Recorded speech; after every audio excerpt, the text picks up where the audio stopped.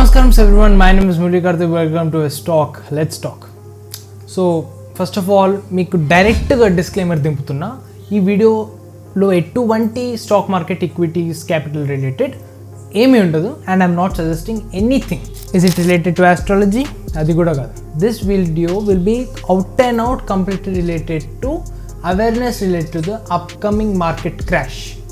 Just not market crash, entire world outlook చూస్తే the most darkest period I would say. ఖచ్చితంగా ఈ video మీద నాకు క్రిటిసిజం రావచ్చు, అప్రిసియేషన్ రావచ్చు, I don't care.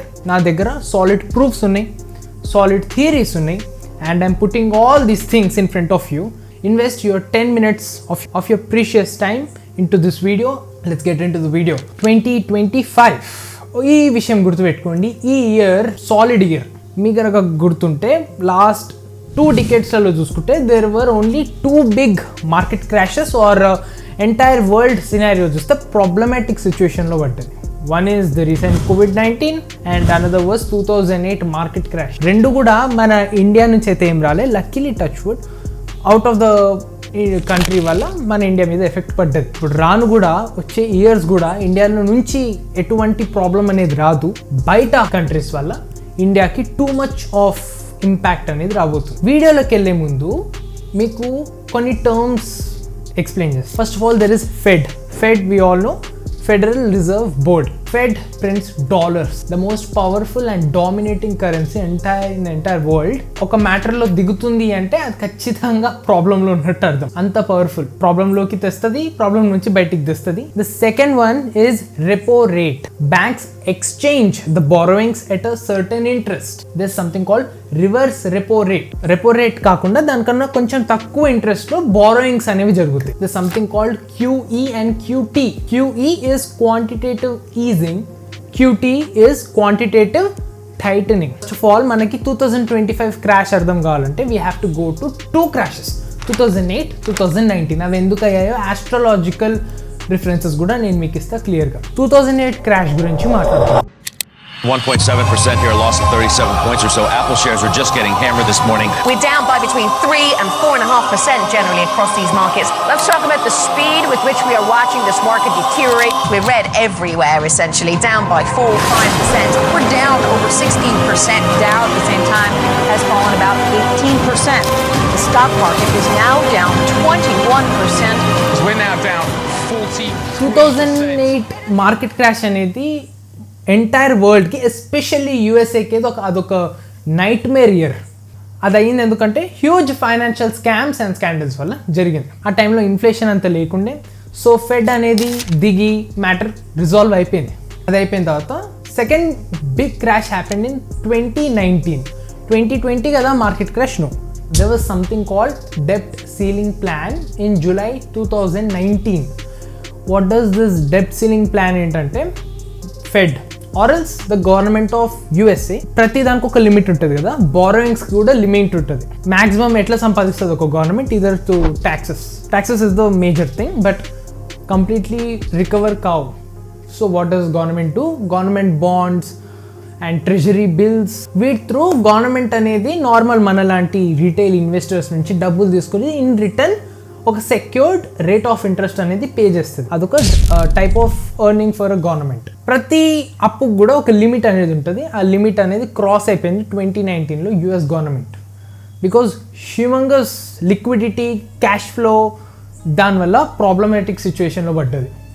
So డెప్ట్ ceiling పెంచచ్చు కదా కార్తిక్? ఎస్, పెంచారు. అది మ్యాటర్ కాదు, బట్ ఎంత అని పెంచుకుంటూ పోతుంది. ఆ మ్యాటర్ కూడా రిజాల్వ్ అయిపోయింది. సెప్టెంబర్ మంత్లో సీలింగ్ ప్లాన్ అనేది ఇంక్రీజ్ చేశారు. అది అగైన్ మీట్ కూడా అయిపోయింది. 2019లో కూడా ఇన్ఫ్లేషన్ అనేది ప్రాబ్లమే కాకుండా సో ఫెడ్ అనేది ఈజీగా దిగి లిక్విడిటీ పెంచేసి మార్కెట్ అనేది రిజాల్వ్ చేసింది. And slowly when Fed started cutting down the rates, COVID enter అయింది. కోవిడ్ అనేది ఎంటైర్ వరల్డ్ సినారియో అనేది మార్చేసింది. Yes, that was the crash of the market was just for 2 months, 2 to 3 months. March నుంచి markets అనేవి bullish అయ్యాయి because fed అనేది ఓ రేంజ్లో liquidity, cash flow అనేది పెంచింది. దాదాపున ఆ విత్ ఇన్ ఆ పీరియడ్ ఆఫ్ టైంలోనే $5 trillion అనేది క్యాష్ ప్రింట్ చేసింది ఫెడ్. కోవిడ్ టైంలో ఏం జరిగిందంటే, నేను ఇప్పటిదాకా రివర్స్ రెపో రేట్ గురించి చెప్పాను కదా, అది జరిగింది. ఫెడ్ అనేది పెంచింది డబ్బులు, బట్ స్లోలీ అది కూడా రేట్స్ అనేవి కట్ డౌన్ చేసుకుంటూ వచ్చింది. మార్కెట్ క్రాష్ కూడా వచ్చింది. ఆ టైంలో ఇంట్రడ్యూస్ చేసింది రివర్స్ రెపో రేట్ ఏంటంటే గవర్నమెంట్ అనేది రెపో రేట్ కన్నా కొంచెం తక్కువలో బారోయింగ్స్ లెండింగ్స్ అనేది తీసుకుంటుంది so that to make economy sustainable. దాంతో $2.3 trillion అనేది సస్టైన్ చేయగలిగింది. స్లోలీ జూన్ 2022 దాకా market was at a good position. From June 2022 till March 2023, there were so many bank crises, especially Silicon Valley Bank లాంటి పెద్ద bank అనేది collapse అయింది రాత్రికి. So అట్లా బ్యాంక్ కొలాప్స్ అయినందుకు ఖచ్చితంగా మార్కెట్లో మనకి డౌన్ ట్రెండ్ కనపడ్డది కదా. సో ఆ టైంలో ఫెడ్ వచ్చి మళ్ళీ లిక్విడిటీ తెచ్చినందుకు మార్కెట్స్ అనేవి March 28, 2023 నుంచి ఇవాళ దాకా మార్కెట్స్ అనేవి ఒక బులిష్ మూమెంటం ఉంది. ఫెడ్ ఇంట్రెస్ట్ రేట్ అనేది 5%లో నడుస్తుంది. సో ఇప్పటిదాకా నేను మీకు QE గురించి చెప్పాను. అదేంటంటే మార్కెట్ పడుతూ వస్తుంది కదా, ఆ పడుతున్న మార్కెట్ని లేపడానికి క్వాంటిటేటివ్ ఈజింగ్ చేస్తారు. సో లిక్విడిటీ పుష్ చేయడం వల్ల మార్కెట్కి ఒక బూమ్ వచ్చి పైకి వెళ్తుంది. మార్కెట్ ఎప్పటికీ అది చేయలేదు కదా. Fed has to cut down rates and come back to a sustainable point. ఆ కట్టింగ్ డౌన్నే క్వాంటిటేటివ్ టైటనింగ్ అంటారు. ప్రస్తుతానికి 2024-25 గురించి మాట్లాడుకుందాం. So there something call liquidity crisis. ఇది నేనే కాదు, పెద్ద ఇన్ఫ్లుయెన్సర్స్, యూట్యూబ్, న్యూస్, ఈవెన్ ఫెడ్కి కూడా తెలుసు this is a big problematic situation coming in next year. In the recent times inflation అనేది 9% నుంచి స్లైట్గా పడ్డది. ఇంకా పడాలని నేను కోరుకుంటున్నా. బికాస్ ఇన్ఫ్లేషన్ ఎంత తక్కువ ఉంటే మార్కెట్ క్రాష్ నుంచి రికవర్ అవడానికి అంత మనకి ఈజీ ఉంటుంది.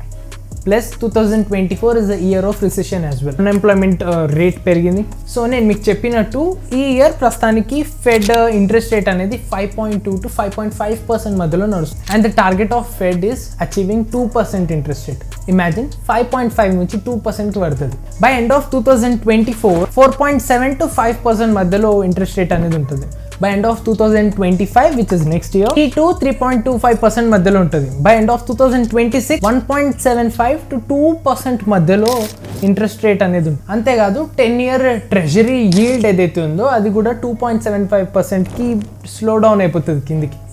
Treasury yield nothing but the government fund. కాదు 30-year మార్టిగేజ్ రేట్ ఏదైతే ఉందో అది కూడా 4% కన్నా తక్కువ పడబోతుంది. ఇది ఒక్కటే కాదు, ఇంకా సో మెనీ థింగ్స్ కలెక్టివ్గా కలిపి కొడితే ఒక పెద్ద క్రాష్ డిక్లేర్. ఒకవేళ దాంతోపాటు ఇన్ఫ్లేషన్ కూడా తోడొస్తే మాత్రం అది సో ఫెడ్ అనేది ఇంట్రెస్ట్ రేట్ కట్ చేయడం ఎప్పటి నుంచి స్టార్ట్ చేస్తుంది. It said that the fed could cut rates by 50 basis points in September.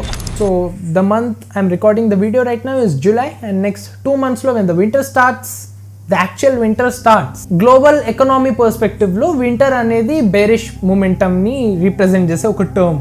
So ఇప్పుడు ఈ ఫెడ్ కి ఇంకా మన స్టాక్ మార్కెట్ కి 2008 నుంచి ఇప్పటి ప్రెసెంట్ టైం దాకా అది ఎట్లా జరిగింది అనేది మీకు చూపిస్తాం. మనం కనుక ఇక్కడ చూస్తే ఎప్పుడైతే 2008లో క్రైసిస్ అయ్యాయో, మార్కెట్ క్రాష్ అయ్యి కింద పడ్డదో, till Jan somewhere before at the ending of 2008 అప్పుడు ఫెడ్ అనేది చాలా ర్యాపిడ్గా లిక్విడిటీ పెంచింది. దానివల్ల ఇఫ్ యూ సీ గత 5 to 6 years దాకా there was a bullish momentum and Fed అనేది లిక్విడిటీ పెంచుకుంటూనే పోయింది. After that for a certain period of time from Jan 2015 to Jan 2020 Fed rates అనేవి స్లైట్గా సైడ్ వైజ్ అండ్ బేరిష్గా నడిచింది. దానివల్ల మార్కెట్లో if we see there was a side way situation. And అప్పట్లో ఉన్న ఎవరైతే ఇన్వెస్టర్స్, ట్రేడర్స్ ఉన్నారో they predicted that the something breakout అనేది అవ్వబోతుంది, either up or down anything. And that's what happen. Covid strike అయింది, గ్యాప్ డౌన్ ఓపెన్ అయ్యి market అనేది ఇప్పటికీ బులిష్ మూమెంటంలో ఉంది. అండ్ ఇఫ్ యూ సీ దానికి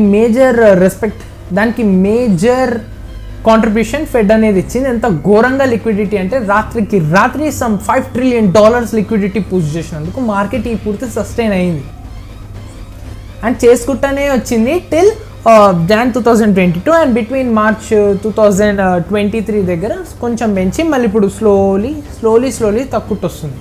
Jan 2024లో ఇట్ వాజ్ సమ్వేర్ నియర్ 7.5%, ఇప్పుడు అది 5.5% అండ్ స్లోలీ 2% పడబోతుంది. సో ఐ గెస్ నేను ఏదైతే రీసెర్చ్ చేశానో మొత్తం ప్రూఫ్స్ అనేవి మీ ముందు పెట్టా. మార్కెట్ క్రాష్ అవుతుందా అవ్వదా, అవుతుందని నాకు గ్యారంటీ ఉంది. ప్రతి ఒక్కళ్ళు ఇదే చెప్తున్నారు, ఎక్స్పర్ట్స్తో సహా. నేను అందరినీ కన్సల్ట్ చేసే వీడియో తీస్తున్నా. మీకేమైనా థాట్స్ ఉంటే మాత్రం comment down and let me know. Now let's get into the astrological point of view. Something interesting.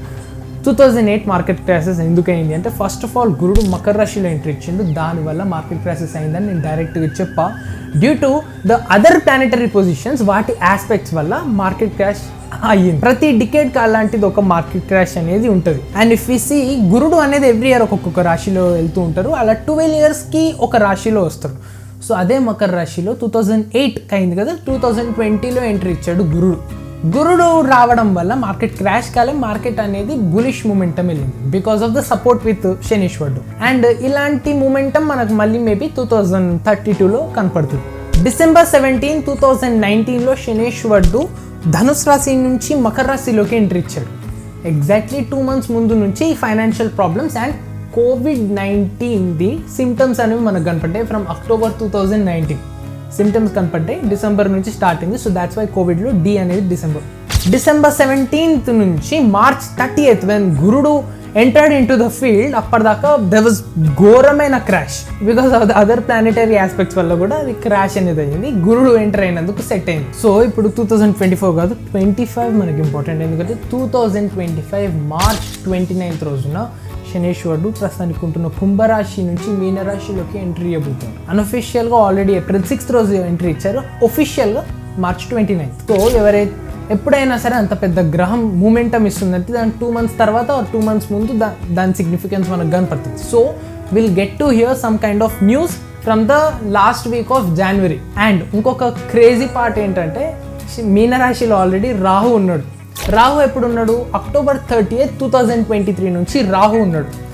Rahu October 30th రోజు అందులో ఎంట్రీ ఇచ్చి మీనరాశిలోకి ఎంట్రీ ఇచ్చినందుకే ఇజ్రాయెల్ ప్యాలెస్టైన్ వార్ అయింది ఆ రోజే. మీరు నమ్మకపోతే ప్లీజ్ గో, డేటా మొత్తం గూగుల్లో ఉంది, ఎత్తుకండి. అండ్ అంతేకాదు రాహు కేతులు ప్రతి 1.5 yearకి ట్రాన్సిట్ చేస్తూ ఉంటారు. ఎప్పుడైతే రాహు మేషరాశిలోకి ఎంట్రీ ఇచ్చాడో అప్పుడే రష్యా యుక్రెయిన్ వార్ అయింది అదే టైం ఫ్రేమ్లో. సో రాహుని మనం మైండ్లో పెట్టుకొని చూస్తే యుద్ధాలు, వాయిలెన్స్, కొట్లాటలు వీటిని ప్రమోట్ చేస్తాడు. కలియుగంకి చాలా రిలేటబుల్ గ్రహం ఏమైనా ఉంటే అది రాహు.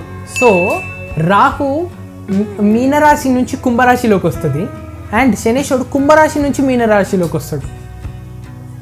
అవి మిత్రుల శత్రువుల పక్కన పెడితే రెండు పెద్ద పెద్ద ఎనర్జీస్ ఇట్లా ఫేస్ ఓవర్ అయితే దాని ఇంపాక్ట్ ఉంటుంది. Yes or no? And May 19th రోజున, which is 2 months after the శనీశ్వరుడు ట్రాన్సిట్, రాహు అనేది కుంభరాశిలో. So between the time of March to May is going to be extremely crucial for entire world 2025. Mark my words.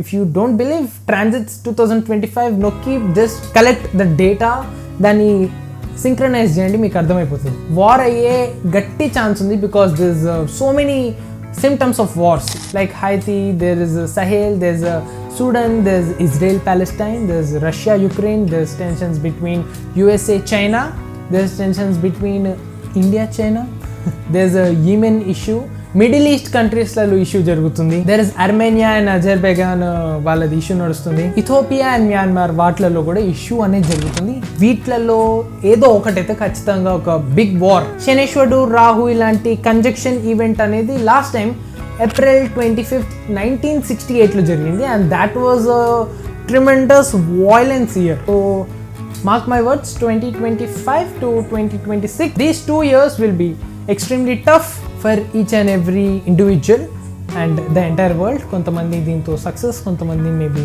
Little bit bearish, no problem. It is 2027 నుంచి అయితే literally India especially flourish అవబోతుంది ఒక range. Certain key points I would like to say again is that నేను just awareness spread చేస్తున్నా. నమ్మకపోతే నేను ఏమైనా చిన్నపిల్లడు మూతి మీద మీసాలు లేవి వీడేం చెప్తున్నా. ఓకే, డేటా ఉంది మొత్తం, చెక్ చేసుకొని చూడండి. So think wisely, invest wisely. నేనేం భయపెడతలేను బికాస్ ఎప్పుడప్పుడు అవ్వాల్సిందే క్రాష్. సో ఇంకా బెనిఫిట్ ఏంటంటే it is a greater opportunity for the new investors.